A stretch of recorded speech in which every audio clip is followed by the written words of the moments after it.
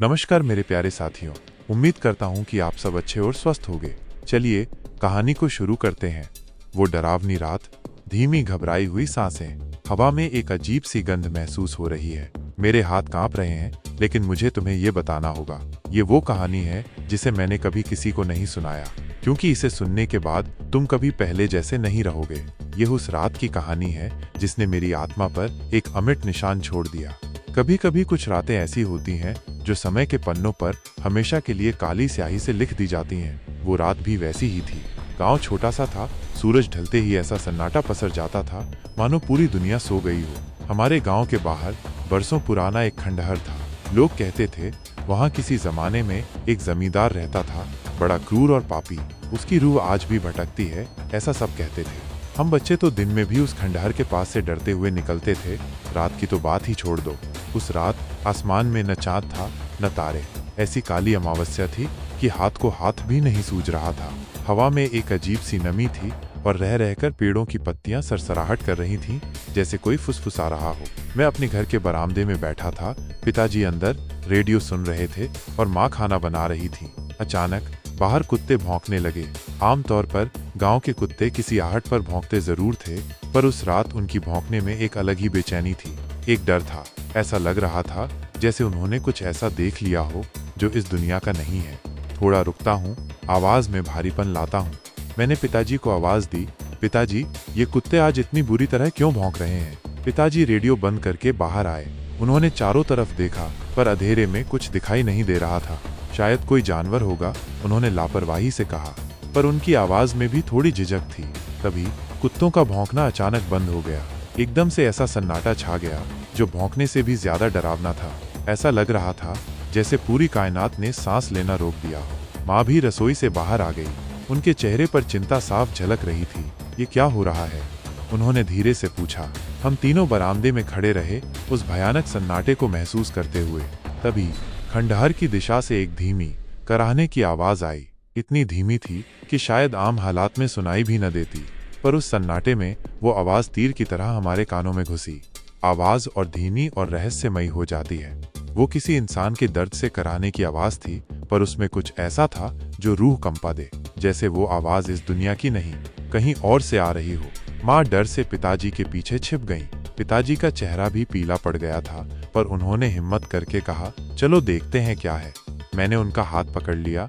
नहीं पिताजी, मत जाओ, वहाँ कुछ ठीक नहीं है। पर पिताजी माने नहीं। उन्होंने अपनी लाठी उठाई और धीरे धीरे घर के बाहर की तरफ बढ़ने लगे। मैं और माँ भी डरते डरते उनके पीछे चले। अंधेरा इतना घना था कि टॉर्च की रोशनी भी जैसे उसे भेद नहीं पा रही थी। हम दबे कदमों से खंडहर की तरफ बढ़ रहे थे। हर पत्ती की खड़खड़ाहट, हर छोटी सी आवाज पर हमारा दिल धड़क उठता था। जैसे जैसे हम खंडहर के करीब पहुंच रहे थे, वो कराहने की आवाज और तेज होती जा रही थी। अब वो सिर्फ कराहना नहीं थी, उसमें एक दर्द भरी सिसकी भी शामिल थी। ऐसा लग रहा था जैसे कोई बुरी तरह तड़प रहा हो। आवाज में डर और बढ़ जाता है। खंडहर के पास पहुंचकर पिताजी ने टॉर्च की रोशनी अंदर की तरफ डाली। पहली नजर में तो कुछ दिखाई नहीं दिया, बस टूटी हुई दीवारें और बिखरे हुए पत्थर थे। पर फिर रोशनी एक कोने पर पड़ी। वहाँ एक धुंधली सी आकृति दिखाई दी।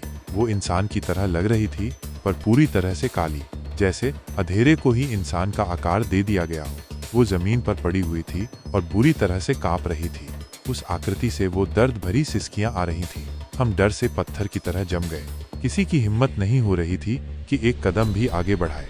वो आकृति हिल रही थी और धीरे धीरे उसने अपना सिर उठाया। आवाज कांपती है। उसका चेहरा, अंधेरे में भी उसकी आंखें चमक रही थी, लाल रंग की भयानक चमक। ऐसा लग रहा था जैसे दो जलते हुए कोयले हों। उसकी आंखों में इतनी नफरत और इतनी पीड़ा थी कि उसे देखकर ही डर के मारे जान निकल जाए। उसने हमारी तरफ देखा और एक चीख मारी। वो चीख ऐसी थी जैसे किसी ने सीधे हमारी रूह पर वार किया हो। मेरे कानों में अब भी उसकी गूंज सुनाई देती है। हम तीनों चीख मारकर पीछे भागे। इतनी तेजी से दौड़े कि पीछे मुड़कर देखने की भी हिम्मत नहीं हुई। घर पहुंचकर हमने दरवाजा अंदर से बंद कर लिया और घंटों तक थर थर कांपते रहे। आवाज धीमी हो जाती है, जैसे राज बता रहा हो। उस रात हमने जो देखा वो हम कभी नहीं भूल पाए। पिताजी ने अगले दिन गांव के लोगों को बताया, पर ज्यादातर लोगों ने यही कहा कि हमारा वहम होगा। पर हम जानते थे कि हमने क्या देखा था। वो खंडहर अब और भी डरावना लगने लगा था। उसके बाद कई रातें गुजरी, पर वो कराहने की आवाज कभी पूरी तरह से शांत नहीं हुई। कभी धीमी तो कभी तेज, पर वो हवा में तैरती रहती थी, उस डरावनी रात की याद दिलाती रहती थी। एक बार कुछ लड़के हिम्मत करके दिन में उस खंडहर में गए। उन्होंने बताया कि अंदर एक पुराना कुआं है और उसके पास कुछ जंजीरें पड़ी हुई हैं जिन पर जंग लगा हुआ है। लोग कहने लगे शायद उस जमींदार को उसी कुएं में डालकर मार दिया गया होगा और उसकी आत्मा को शांति नहीं मिली है। मुझे आज भी याद है, उस रात जब वो आकृति हमने देखी थी तो हवा में एक ठंडी लहर महसूस हुई थी, जैसे किसी ने हमें छुआ हो। और वो जो चीख थी वो सिर्फ आवाज नहीं थी, वो एक अभिशाप थी जो उस खंडहर की दीवारों से निकलकर हमारी आत्माओं में समा गई थी। उसके बाद से मैंने कभी रात में उस दिशा में देखने की हिम्मत नहीं की। जब भी अमावस्या की रात आती है, वो डर फिर से लौट आता है। वो भयानक सन्नाटा, कुत्तों का बेचैन भौंकना और फिर वो दर्द भरी कराहने की आवाज, सब कुछ मेरी आंखों के सामने फिर से आ जाता है। आवाज में एक भयानक गंभीरता आती है, जैसे कोई चेतावनी दे रहा हो। आज मैं तुम्हें ये कहानी सुना रहा हूँ, लेकिन सच तो ये है कि उस रात की वो काली आकृति सिर्फ एक भयानक सपना नहीं थी। उस रात के बाद हमारे गांव में अजीबोगरीब घटनाएं घटने लगीं। कभी आधी रात को खंडहर से तेज चीखें सुनाई देती, तो कभी घरों के दरवाजे अपने आप खुलने बंद होने लगते। कुछ लोगों ने तो यहाँ तक दावा किया कि उन्होंने रात के अंधेरे में उस लाल आंखों वाली आकृति को गाँव की गलियों में भटकते देखा है। जो लोग खंडहर के पास से गुजरते थे, उनके शरीर पर अजीब से नीले निशान पड़ जाते, जैसे किसी ने उन्हें नोचा हो।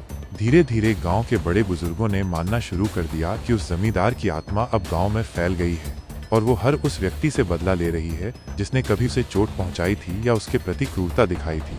आज भी जब कभी उस गांव में जाने का मौका मिलता है तो शाम होते ही घरों के दरवाजे कसकर बंद हो जाते हैं। कोई रात में बाहर नहीं निकलता। वो डरावनी रात जिसने हमें एक भयानक दर्शन दिया था, उसने हमारे गांव को हमेशा के लिए बदल दिया। अब हर अमावस्या की रात को जब कुत्ते चुप हो जाते हैं और हवा में एक अजीब सी खामोशी छा जाती है, तो हमें पता होता है कि वो काली आकृति फिर से बाहर निकली है और वो अपनी अधूरी प्यास बुझाने के लिए भटक रही है। और हम सिर्फ प्रार्थना कर सकते हैं कि वो कभी हमारे दरवाजे तक न पहुंचे। थोड़ी देर चुप रहता हूँ, जैसे सोच में डूबा हो। हाँ, वो डरावनी रात सच में बहुत डरावनी थी और उसका साया आज भी हमारे गांव पर मंडरा रहा है। तो दोस्तों, ये थी वो डरावनी रात की कहानी। उम्मीद है इसने आपको रात में सोने से पहले कई बार सोचने पर मजबूर कर दिया होगा। अगर आपको ऐसी ही और रोंगटे खड़े कर देने वाली कहानियां पसंद हैं, तो मेरे YouTube चैनल को सब्सक्राइब करना न भूलें। इस वीडियो को लाइक करें, अपने दोस्तों के साथ शेयर करें और कमेंट करके बताएं कि आपको सबसे डरावना हिस्सा कौन सा लगा। अगली बार तक के लिए अपनी आंखें खुली रखना और अंधेरे से सावधान रहना। शुभ रात्रि।